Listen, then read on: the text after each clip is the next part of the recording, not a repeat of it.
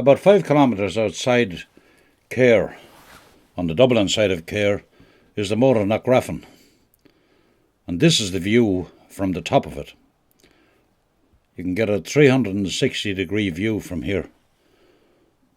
Knockraffon, it means Knockraffon, the hill of the fort of Fionn. Fionn in this case means the one with the fair hair, nothing to do with Fionn McCool. It was originally a sacred inauguration site of the kings of Munster, and many of the kings would have been crowned here. There are the Galties, or as the Tipperary people call them, heaven. The Normans, of course, paid a visit here to Knockraffon, but it goes back many years before the Normans. Fingon mac Edo Dove, he died here in the year 618. That was after being crowned here. So we're talking about 1500 years of history on this moat. We'll pan back in a minute, or go to the bottom of it. You'll get an idea how big this moat is. It is almost 80 feet high, and as you can see, there's a good view from the top of it. This is the 1st of November, or the end of October, that this film was made. We left all the summer go, but we had been doing other stuff during the summer. And it's a pity the Board of Works don't look after this more. There's a lot of work to be done here, even just to clean it up. And we're lucky to have this in Tipperary. If they had this down in Kerry, there would be a bus park across from it and there'd be tourists here every day. But such is our abundance of gems, historical gems here in Tipperary, we can't get around to cleaning all of them up. Nearby is a castle. Practically in every field around the moat is a castle.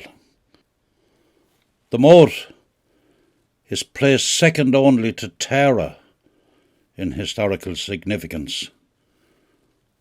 I have no memory of it ever being visited by archaeologists, or a dig done here anyway, to tell us more about it.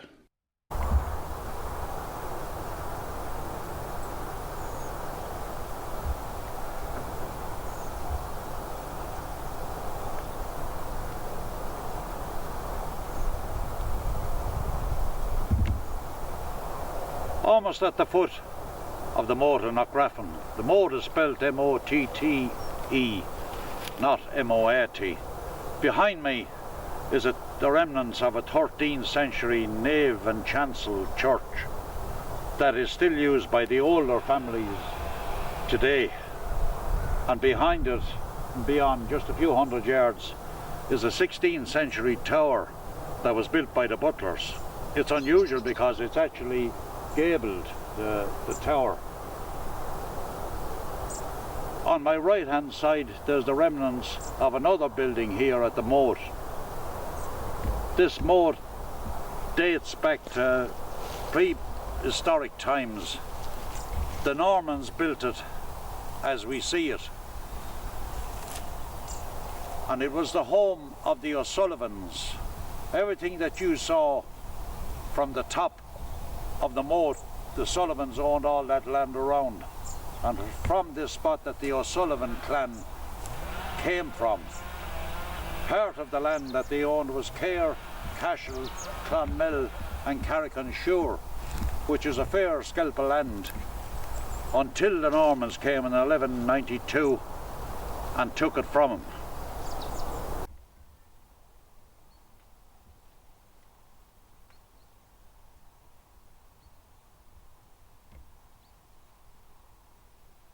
Of course, the O'Sullivans at the start acquired this site in battle, if you like. They fought for it They remained here for hundreds of years until the Normans arrived in 1192. And the Normans set about taking the land, mostly the moat, from the O'Sullivans. The O'Sullivans then enlisted the help of the McCarthys. McCarthy Moore, who was more or less the king of Munster at the time, they enlisted his help. The Normans defeated both the McCarthy and Sullivan clans, and they had to leave and were banished, if you like, down to the sparse hills of Cork and Kerry, where they more or less remained to this day. A little story about this is this was owned by a fellow with a Norman name called O'Keating, and after 800 years an O'Sullivan purchased it and bought it back. So for the first time in 800 years it's back in the O'Sullivan clan again. This moat was a defensive mound.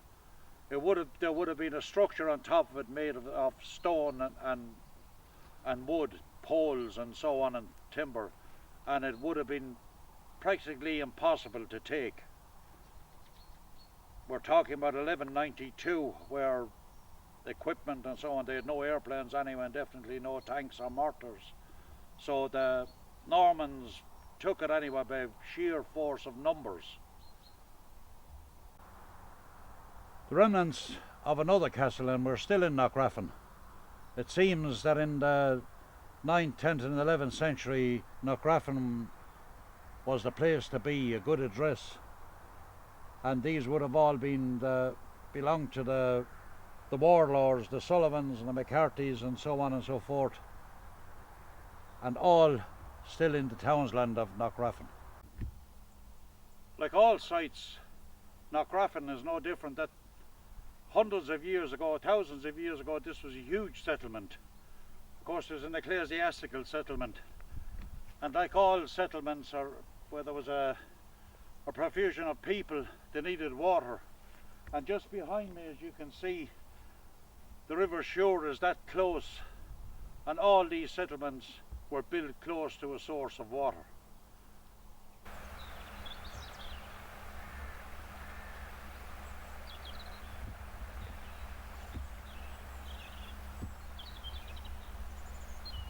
Still in Knockraffon, hardly a mile as the crow flies from the moat, is this very historic spot. This, of course, is the Suir, and this is the ford that crosses the Suir. For the last couple of thousand years, this is the way people would have crossed before the bridge was in Cahir. And no matter where they were coming from, if they wanted to get to the south of the Suir, this is where it happened. And over here, if you crossed and you went up there, just a couple of 100 yards up there is Kilmyler. And people still, you can come down here and walk across the Suir there in a pair of Wellingtons without getting wet. And in the summertime, you don't need the Wellingtons.